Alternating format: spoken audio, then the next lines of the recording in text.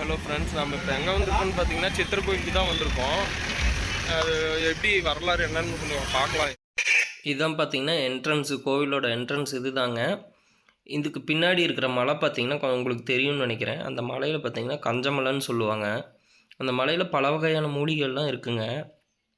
பாருங்கள், அமாவாசை, அதாவது ஒவ்வொரு மாதமும் வர அமாவாசை அப்போ இப்படி தாங்க இருக்குங்க. கோவிலில் க்ரௌடாக இருக்கும், ரொம்ப அதிகமாக இருக்கும். சேலம் டிஸ்ட்ரிக்டில் இருக்கிற எல்லா மக்களுமே வந்து இங்கே வந்து சாமி தரிசனம் செஞ்சுட்டு போவாங்கங்க. அமாவாசை அன்னைக்கு வந்து இந்த சித்திரை தரிசிட்டு போனால் அந்த ஒரு மாதமும் வந்து நல்லாயிருக்கு, எந்த பிரச்சனையும் இல்லாமல் ரொம்ப நல்லா இருக்குன்னு சொல்லிட்டு இந்த கோவிலுக்கு அடிக்கடி வருவாங்கங்க. இந்த கோவில் பார்த்திங்கன்னா 5000 வருடம் பழமையானதுன்னு சொல்கிறாங்க. இங்கே வந்து காலங்கிநாத சித்தர் அப்படின்னு சொல்லிட்டு இருக்கிறவர் வந்து தெய்வமாக அமர்ந்த இடம் அப்படின்னு சொல்கிறாங்கங்க. இங்கே இருக்க மக்கள் வந்து ரொம்ப அதிகமாக நம்புகிற ஒரு தெய்வம்னு பார்த்திங்கன்னா இந்த சித்தர் சாமி தான். பார்த்திங்கன்னா அமாவாசை அப்போது இது மாதிரி வந்து பல வகையான விளையாட்டு பொருட்கள், அதாவது குழந்தைங்களுக்கு தேவையான விளையாட்டு பொருட்கள்லாம் ரொம்ப சீப்பான விலையில், மலிவான விலையிலையும் கிடைக்குதுங்க. கோவிலுக்கு பாதுகாப்புக்கு போலீஸ்லாம் வந்து அமாவாசை அப்போ நிறையாவே போட்டிருக்காங்கங்க. இந்த திருக்கோவில் பார்த்திங்கன்னா எங்கே இருக்குது அப்படின்னா சேலத்துலேருந்து இளம்பிள்ளை போகிற வழியில் நடுவில் இருக்குங்க. சித்தர் கோவில் பஸ் ஸ்டாப்னே சொல்லிட்டு இறங்கணும்.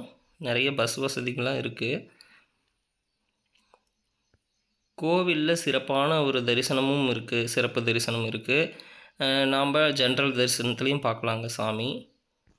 பாருங்கள், நம்ம உள்ள சாமி எப்படி இருக்குங்கிறத அந்த என்ட்ரன்ஸ்க்கு மேலே இருக்கிற இதை பார்த்தா உங்களுக்கு தெரியும். சாமி வந்து அப்படி தாங்க இருப்பார்.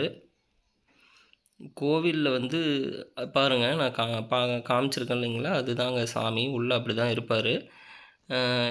பல வகையான மக்கள், அதாவது பலதரப்பு மக்கள் எல்லாம் வந்து இந்த சாமி வந்து ரொம்பவே வந்து நம்பிக்கையோடு தரிசனம் பண்ணுறதுக்கு வராங்க. உங்களுக்கு க்ரௌடை பார்த்தாவே தெரியும். இதுதாங்க கோவில் வளாகம்.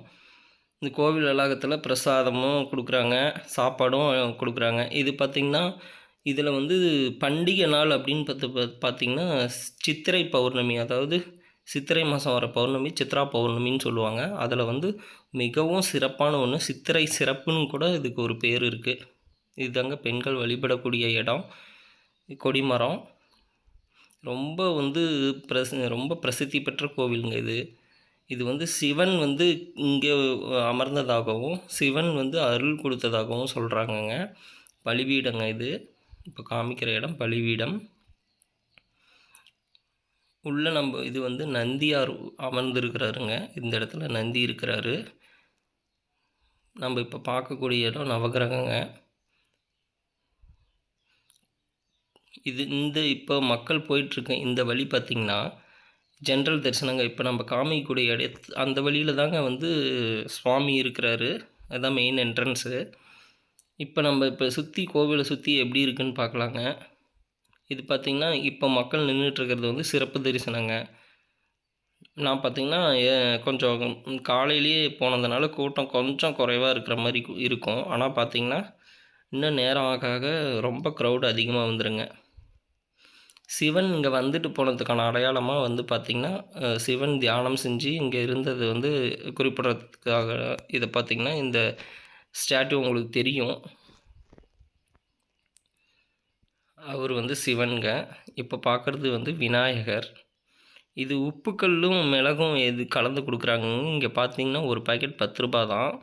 இதை வந்து தலையில் சுற்றி நம்ம இங்கே இருக்கிற தீர்த்த கிணத்துல போட்டோம்னா நம்மளோட தோஷங்கள் நீங்கி, நம்மளோட பாவங்கள் நீங்கி நம்ம சிறப்பாக வாழ்கிறதா வந்து மக்கள் நம்புகிறாங்கங்க. பெரியவங்கள்லாம் வந்து பாருங்கள் எப்படி சுற்றி போடுறாங்க. குழந்தைங்களுக்கு, பெரியவங்களுக்கு எல்லாத்துக்கும் சுற்றி போடலாம்.